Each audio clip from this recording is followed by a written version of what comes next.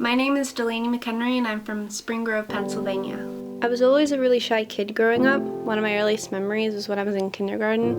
There was this dollhouse that I used to watch all of the other girls play with. It seems so silly now, but I remember being envious of their confidence because I was too embarrassed to play with it alone. Eventually I met a girl named Maddie, who I'm still friends with to this day. She asked me one day during recess if I wanted to play with this dollhouse. I remember being so excited that I finally got to play. It was the first time I felt like I was a part of something. All throughout my life, I never knew where my shyness came from because both my parents were confident people, but I think that's just part of growth, and being that I was still so young, I didn't reach that part of my life yet. From elementary and onward, I didn't have many friends, and the ones that I did have moved away, transferred schools, or gained other groups of friends.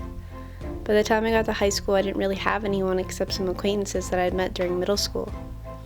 Following the start of my freshman year in high school, I made a promise to myself that by the time I graduated, I was going to be comfortable being uncomfortable. I'd watch my brother go to college and not do anything with his degree because he was shy, and watching him go through that motivated me to get myself out of my comfort zone, which led me to joining theater, indoor percussion, marching band, orchestra, various clubs, and color guard. During my junior year, my boyfriend of 2 years had broken up with me, and that really took a toll on me emotionally.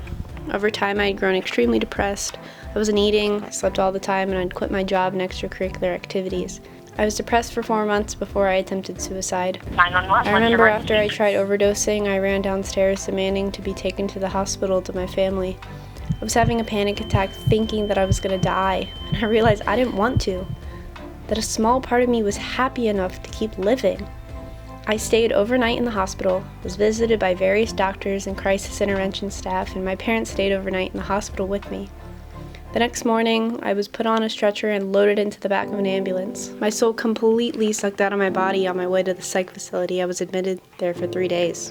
Once I was released, I immediately saw a therapist twice a week that I turned into once a week, that turned into once every 2 weeks, and then once a month. As I gradually found myself again and started recovering, I was able to focus on the things I used to enjoy. I forced myself to go out with friends again and join new activities like film club and help people by volunteering my time during charity streams my school held. I was finally feeling like myself and able to focus on what I wanted to do with my life and who I wanted to be. That's when I started to look into colleges and found Full Sail. Moving to Florida from Pennsylvania was a huge change for me. It was the first time I would be on my own and the first time I'd be dealing with a huge responsibility of having my own apartment and motivate myself in keeping up with classes.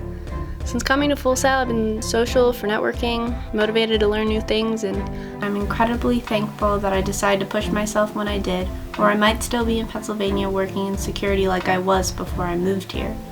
I hope as time goes on, I continue to push myself and gain more comfortability in uncomfortable social situations.